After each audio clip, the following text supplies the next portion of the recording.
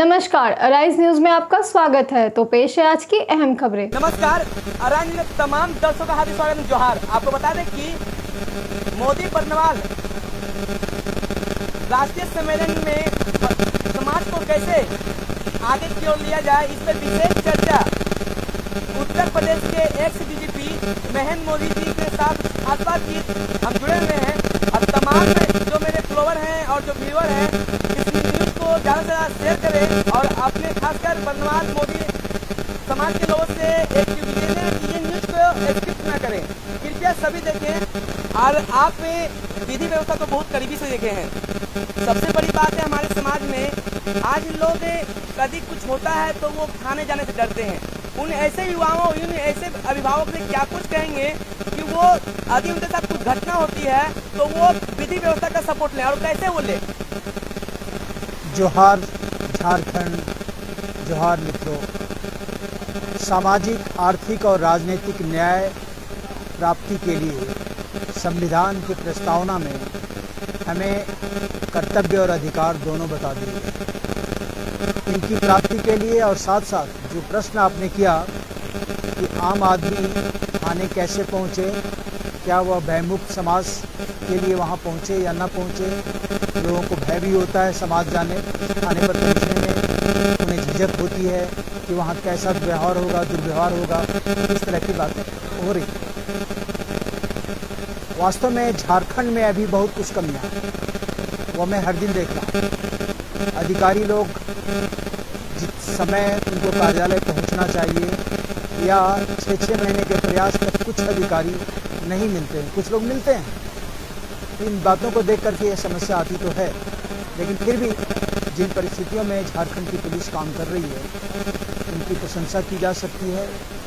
जब FIR होता है तो वो चार्जशीट का प्रयास करते हैं। हाँ, फिर मैं कहूँगा वो FIR होता है तो चार्जशीट का प्रयास करते हैं, न्याय देने का प्रयास कम करते हैं। सबसे बड़ी बात है श्रीमान कि आप विधि व्यवस्था को बहुत करीबी से देखे हैं। आप समाज को एक अच्छे, हमारे समाज मोदी बर्नवाल समाज को जो आगे के लड़ने के लिए जो आपने इस समाज के जो विकास कार्य को ने आपने देखा, हमारे साथ में कुछ ऐसी कुरीतियां हैं, एक इंसान चढ़ता तो दूसरे पांव खींचने के लिए। उन ऐसे लोगों को क्या कुछ संदेश करेंगे कि आप भी मिल जाओ हमारे साथ और समाज को आगे बढ़ाने का काम करें, क्या कुछ संदेश देना चाहेंगे? संदेश यही है कि छोटी लकीर के सामने बड़ी लकीर खींचो, छोटी लकीर के सामने बड़ी लकीर खींचिए। जो कोई जैसा भी नकारात्मक कार्य करे भी तो बिना उस पर प्रतिक्रिया व्यक्त किए, बिना उसको ज़्यादा तरजीह दिए, बिना उस पर संज्ञान में लिए आप अपने सकारात्मक कार्य लगातार करते जाइए। एक समय आएगा जब वो खुद समझकर आपके पीछे हो लेगा। आज समाज को क्यों लगता है कि राष्ट्रीय मंच में हमारा समाज का पकड़ हो? ऐसा क्यों आप लोग को आज फीलिंग हुई? आज ऐसा क्यों ही नौबत आ गया कि आप लोग एक साथ जमा हुए हैं? क्योंकि हमारी आबादी के अनुपात में यह प्रजातांत्रिक प्रणाली में जो माना गया है उसका मुख्य प्रिंसिपल है, बेसिक प्रिंसिपल है कि करीब करीब सभी लोगों में वह अपार क्षमताएं हैं और उनको विकसित की जा सकती हैं। इसलिए सबके साथ सामाजिक और आर्थिक और राजनीतिक न्याय मिलना जरूरी है और तब फिर आबादी के अनुपात में उनकी सहभागिता शासन में, प्रशासन में, राजनीति में भी होना जरूरी है। क्योंकि दुर्भाग्य या सौभाग्य से भारत में हर तरह की प्रगति, सर्वांगीण प्रगति का मार्ग राजनीति के द्वार से ही गुजरता है। आज हम लोग देख रहे हैं कि समाज में कोई भी समाज हो, हमारे समाज के नहीं अन्य समाजों की बात है कि हमारे संसार में सनातन धर्म में संस्कार नाम का चीज भी विलुप्त हो रहा है। उन ऐसे विलुप्त होने के कगार में आज क्या कुछ परिवर्तन लाया जाए कि फिर से युवा पीढ़ी वो संस्कार जो हमारे पहले के समाज था, किस तरह माता पिता को मानते थे, आज वो वृद्धाश्रम खोलने का असर पड़ा, क्या कुछ कारण है? मैं इस बात से सहमत नहीं हूँ कि वृद्धाश्रम खोला जाए। ये तो वही बात हुई जो उत्तर प्रदेश में भी लगातार खेल कर रही है कि गायें कहाँ पलेगी तो गौशाले में। गाय गौशाला में न पल सकती है, न आत्मनिर्भर गौशाला आज तक हिंदुस्तान में कोई बन पाया। उसी तरह से संस्कार निर्माण में धैर्य जरूर चाहिए। वो संस्कार निर्माण बचपन से शुरू होता है, इसके लिए लंबी तपस्या करनी पड़ती है। यह करना पड़ेगा हर माँ बाप को।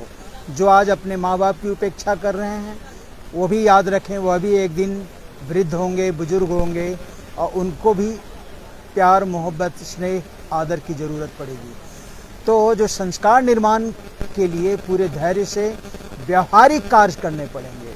व्यावहारिक कार्य में ये कि जो चीज़ हम बच्चों से को सिखाना चाहते हैं, वह चाहे समय की पाबंदी हो या आज्ञा पालन हो, खुद अपने से शुरू करना है। आज राष्ट्रीय मोदी बर्नवाल विकास संघ सम्मेलन में का मुख्य उद्देश्य क्या है? अपने समाज को जोड़ने के साथ साथ किन किन गतिविधियों पर काम करना है? संक्षेप में कहूँ तो हमारा सर्वांगीण विकास और संतुलित विकास। संतुलित विकास का मतलब यह है कि हमारा विकास का मतलब आर्थिक करना नहीं है, सिर्फ मौत की चकाचौंध में नहीं खो जाना है। संतुलित विकास में कई बिंदु आते हैं कि एक तो अमीर और गरीब की खाई कम होनी चाहिए। दुर्भाग्य से झारखंड में अमीर और गरीब की खाई बहुत ज़्यादा है, यहाँ तक कि उत्तर प्रदेश से भी ज़्यादा है। विकास दर झारखंड का अगर नीति आयोग की रिपोर्ट आप देखेंगे तो उत्तर प्रदेश से ज़्यादा है, 10% से ज़्यादा है। उत्तर प्रदेश में इससे कम है, लेकिन जो गरीबों का प्रतिशत है अभी झारखंड में उत्तर प्रदेश से ज़्यादा है। पहले भी ज़्यादा था और अब वो खाई थोड़ी और बढ़ गई है। आज हमारे समाज में कुछ लोग ऐसे भी हैं जो समाज तो एक ही है, लेकिन किसी तरह से वो बोल सकते हैं कि भटक गए हैं। वो भटके हुए इंसानों को अपने समाज में किस तरह से उलझना नहीं है, सुलझना है, कैसे आप लोगों को संदेश देना चाहेंगे राजनीति के माध्यम से? क्योंकि मैंने देखा कि बहुत सारे समाज के लोग में देखने को मिलता है, परंतु हमारे खासकर हमारे समाज में, मोदी बर्नवाल समाज में अपने ही लोग हैं, परंतु अपने पत्ता काटने में है। उस पत्ता ना कटे और पत्ता काटने से ना जुड़ जाए, क्या को संदेश देना चाहेंगे? मैं अपने ज़िंदगी से एक छोटा सा उदाहरण दे दूं आपको। मैं दिल्ली यूनिवर्सिटी में उस समय आईपीएस बना भी नहीं था, जस्ट एमए कर ही रहा था। एक मेरे वरिष्ठ मतलब बड़े भाई जो 2 साल सीनियर पढ़ते थे, मोहन झा जी, तो वो अच्छे व्यक्ति थे। उन्होंने अपने एक मित्र से कहा कि भैया इनको एमए का नोट्स दे दो, तुम दिल्ली यूनिवर्सिटी के टॉपर हो, नरेंद्र मोदी को दे दो। मैंने कहा क्या मोहन जी आप इसके लिए पढ़े हुए हैं, नोट्स मैं किसी का पढ़ता हूँ। लेकिन खैर उन्होंने कहा क्या फ़र्क पड़ता है यार, लेके रख लेना। मैंने कहा ठीक है। मैं गया, उनके साथ गया। उसके बाद जब दूसरा दिन जो उन्होंने निर्धारित किया बुला करके, वो बैठना और नोट्स देना तो दूर, जो उनका व्यवहार रहा उसने मैं अंदर से मुझे चुनौती मेरे जगा दी उसने। मैं आईपीएस बना, वह नीलोत्पल मृणाल जो भूमिहार था वो कहता रह गया मैंने कितना गलत किया महेंद्र मोदी के साथ, वो आईपीएस बन गए, मैं तो मेन रिटर्न भी क्वालिफाई नहीं कर पाया। तो चुनौती और जवाब बोलने की कोई ज़रूरत नहीं है, कर दिखाने की है और सकारात्मक और सृजनात्मक कार्य करना है। वह सोच हमेशा आपको आगे बढ़ाएगी। हम लोग यहाँ पर मोदी बर्नवाल की मीटिंग और सम्मेलन करके जरूर जुड़े हैं, लेकिन मैंने जैसा कि शुरू में ही स्पष्ट कर दिया था विषय प्रवेश में कि संपूर्ण समाज का संतुलित विकास 1 अरब 43 करोड़ का भारतवर्ष में, 3 करोड़ 70 लाख का झारखंड में, वह हमारा लक्ष्य है। हम किसी के साथ अन्याय नहीं कर सकते।